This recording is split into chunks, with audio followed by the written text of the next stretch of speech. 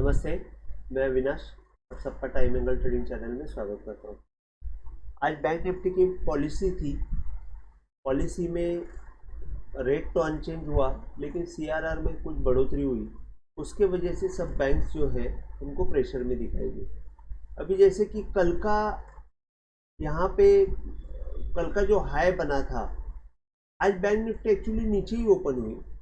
नीचे ओपन होने के बाद एक ऊपर की साइड में एक अच्छी अपमूव आई, और जब गवर्नर ने डिक्लेयर किया कि सीआरआर बढ़ाया हुआ है, तब यहाँ पे बैंक निफ्टी में जोर से सेलिंग देखने को मिली।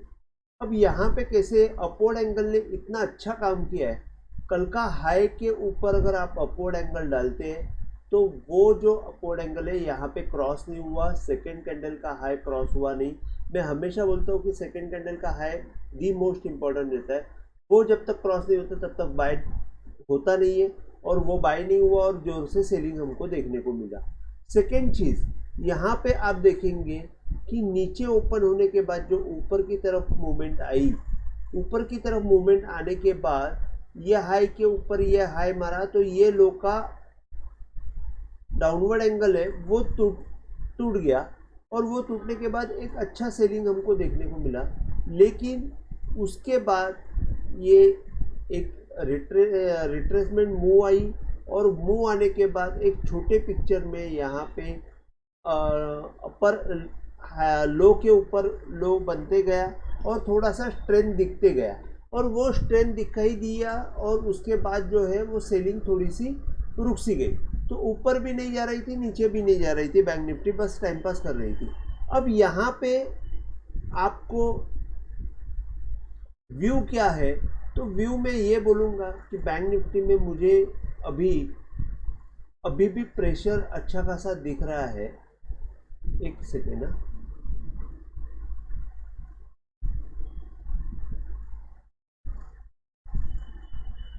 बैंक निफ्टी में मेरे को प्रेशर अभी भी दिख रहा है। अगर आप देख रहे हो तो यहाँ से जो सेलिंग आया हुआ है, ये सेलिंग जब तक एब्जॉर्ब नहीं होता है और पूरी तरह जब इसके ऊपर हमको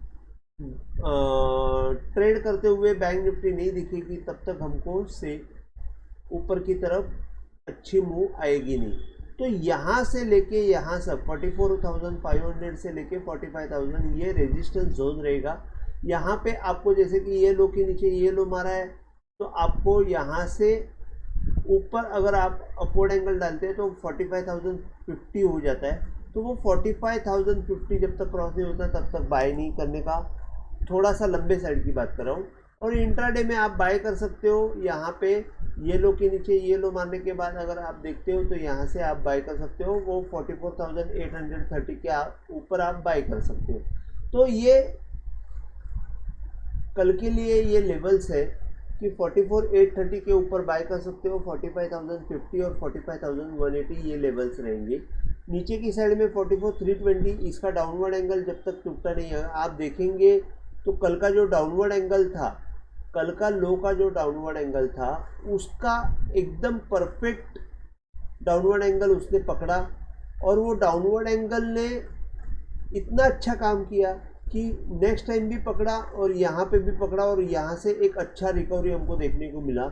ये कम से कम आपको 500 से लेके 750 तक की मूवमेंट है, तो 250 पॉइंट की मूवमेंट फटाफट मिल जाती है।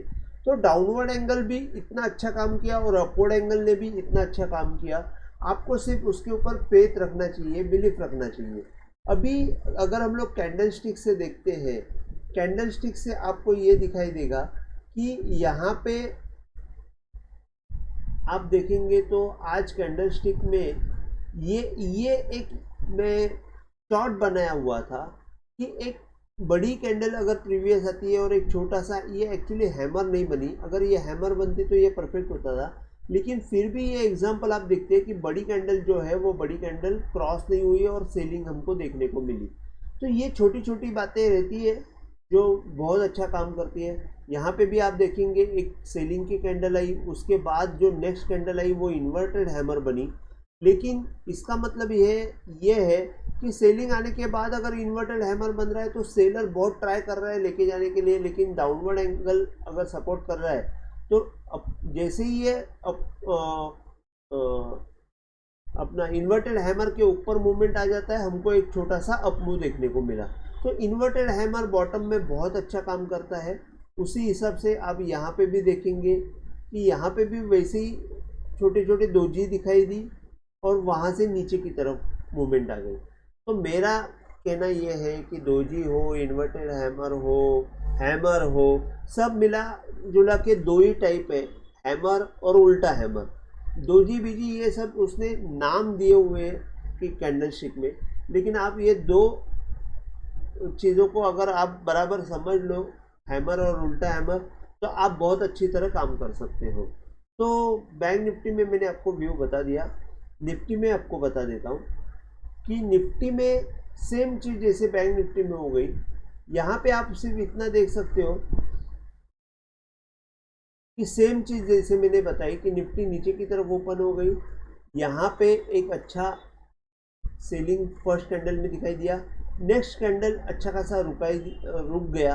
रुक जाने के बाद ये जो बड़ा कैंडल है, ये कैंडल का अगर आप देखते हैं तो ये कैंडल को वो क्रॉस ही नहीं कर पाया, और यहाँ पे आने के बाद जोर से हमको सेलिंग दिखाई दी, जहाँ पे डिक्लेयर हो गया। अब यहाँ पे मैंने आपको एक बात बताया कि अगर कोई टॉप के आसपास यहाँ पे हैमर हो जाता है, जैसे कि ये हैमर हुआ, तो जो सेकेंड कैंडल है, हैमर के बाद जो सेकेंड कैंडल बनता है, वो अगर क्रॉस नहीं होता है तो बाय नहीं करना है। तो यहाँ पे आपको थोड़ा सा कंट्रोल में रहना पड़ता है, और जैसे ही हैमर टूटेगा वैसे सेलिंग का काम करना चाहिए। तो यहाँ पे एक हम लोग अच्छा सेलिंग कर सकते थे। इसके बाद नीचे में देखेंगे, यहाँ पे एक हैमर हुआ, हैमर होने के बाद प्रीवियस कैंडल जैसे ही क्रॉस हो जाता है, यहाँ पे आप बाय कर सकते हो। यहाँ पे ये होने के बाद आपको एक अच्छा अपमूव देखने को मिला।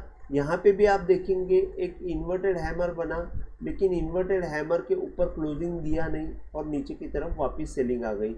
यहाँ पे भी आप देखेंगे कि एक सेलिंग आ गई, सेलिंग आने के बाद इन्वर्टेड हैमर हो गया। जैसे ही इन्वर्टेड हैमर के ऊपर निकल जाता है, हमको मूवमेंट रुकती हुई दिखी। तो ये सब चीज़ें बहुत अच्छी काम करते हैं, आपको सीख के लेनी पड़ेगी, उसके सिवा आपको वो समझ में आएगा नहीं। तो मैं इसके बारे में छोटे वीडियो आने वाले, मतलब ये वीकेंड में एक वीडियो बनाऊंगा, एक शुरुआत करूंगा श्रृंखला को कि एक छोटा छोटा हैमर, इन्वर्टेड हैमर कैसे देखा जाता है, ये सब मैं आपको बताने का कोशिश करूंगा वो वीडियो में। तो कल के लिए क्या है, तो कल के लिए जब तक निफ्टी 19,630 के ऊपर जाती नहीं, तब तक बाय नहीं करनी है। 19,720 और 768 ये दो लेवल रहेंगे ऊपर की तरफ। नीचे में 460 के नीचे सेल करना है, 418 और 350 ये दो सपोर्ट की लेवल रहेगी। अल्टीमेटली मुझे ऐसे लग रहा है कि निफ्टी जो है 19,000 तक आनी चाहिए, लेकिन हम लोग देखते हैं कि आगे की डेवलपमेंट क्या होती है। और बैंक निफ्टी जो है 44,000, ये दो मेरे टारगेट रहेंगे। लेकिन ऊपर की साइड में अगर निकलती है निफ्टी, तो हमको संभाल के काम करना है। ऐसा निफ्टी में उतना फ़र्क नहीं पड़ा है जितना बैंक निफ्टी में फ़र्क पड़ा हुआ है। तो देखते हैं आगे, ये कंसोलिडेशन फेज़ है, ये की डिस्ट्रीब्यूशन फेज़ है, ये हमको समझ के लेना पड़े। आने वाला समय हमको वो बता देगा। अगर आपको आज का वीडियो पसंद आया हो तो प्लीज़ आप शेयर कीजिए, लाइक कीजिए और सब्सक्राइब कीजिए। जय हिंद, थैंक यू।